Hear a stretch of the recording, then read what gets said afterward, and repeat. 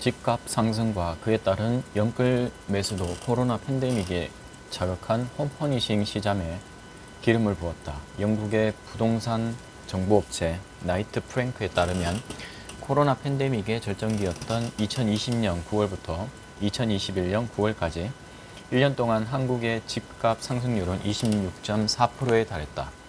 물론 한국 부동산 시장만의 문제가 아니다. 미국은 18.7%가 올랐고 캐나다는 17.3%나 상승했다. 1990년대 부동산 버블 붕괴 이후 인구 감소로 주택 수요까지 감소한 일본조차 8.9%를 기록했다. 이렇게 집값이 무섭게 오르는데도 글로벌 제로 금리 덕분에 모두가 영혼까지 끌어모아서 아주 비싼 값을 치르고 집을 샀다. 전 재산을 몰빵한 집에 대한 관심이 천장을 찌르는 건 어쩌면 당연한 일이었다. 국내 홈퍼니싱 시장의 규모는 코로나 이전이었던 2017년에 13조 7천억 원 정도였다.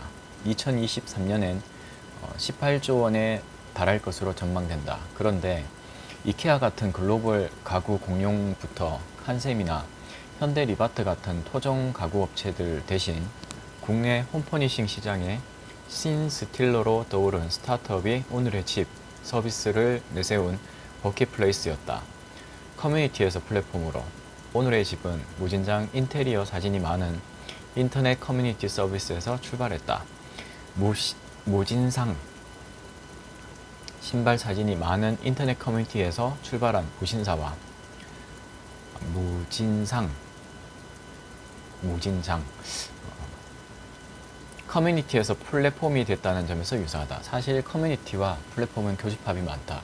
소비자들은 커뮤니티에서 정보를 공유한다. 소비자들은 요즘 어떤 제품이 인기인지, 가격은 어디가 제일 싼지 같은 정보들을 원한다. 커뮤니티에선 내공 만렙인 소수 소비자가 고급 정보를 소수에게만 공유한다. 커뮤니티가 발달하면 중고거래 같은 커머스 행위가 일어난다. 커뮤니티가 커지면 자연히 광고 영업이 가능해진다. 커뮤니티가 마켓이 되는 것이다. 중고거래 같은 내부 상거래와 광고 영업 같은 외부 상거래가 일어나는 마켓의 각종 이커머스 행위를 기술을 통해 자동화하고 간편화시키면 결국 그것이 플랫폼이다. 플랫폼 사업자는 마켓을 디지털화한 보상으로 수수료를 받는다. 상품을 판매하는 판매자에게 받는 판매 수수료나 상품을 더 잘 팔고 싶어 하는 판매자의 광고 수수료가 수익의 본질이다. 그런데 오늘의 집 플랫폼엔 한 가지 기능이 더 있다. 내 집 인테리어를 자랑하고 너 집 인테리어를 돌아볼 수 있는 일종의 온라인 집들이 기능이다. 일종의 홈퍼니싱 인스타그램이 된 셈이다.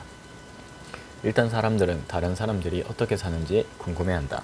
두루마리 휴지를 사들고 구태여 다른 사람의 집에 들러서 집들이를 하는 이유다. 비슷하게 살면 안심하고 다르게 살면 의심하고 화려하게 살면 질투하고 검소하게 살면 인정한다. 방송 프로그램 나 혼자 산다가 늘 인기인 이유다. 대중은 유명인과 연예인들이 사는 모습이 별다르든 별다르지 않든 일단 궁금해한다. 오늘의 집은 이런 대중적 심리를 꿰뚫었다. 어떻게 꾸며놓고 사는지가 그 사람이 어떻게 사는지를 말해주는 척도라고 생각하기 때문이다. 당신이 어떻게 사는지 보여주면 당신이 어떤 사람인지 말해주겠다는 식이다. 오늘의 집 플랫폼은 가격이나 브랜드 같은 공적 정보뿐만 아니라 누구누구의 집 같은 사적 정보까지 더해지면서 중독성 있는 커뮤니티가 될 수 있었다. 진짜 사람이 사는 온라인 쇼룸. 여기에 오늘의 집은 온라인 이케아의 기능도 하게 됐다.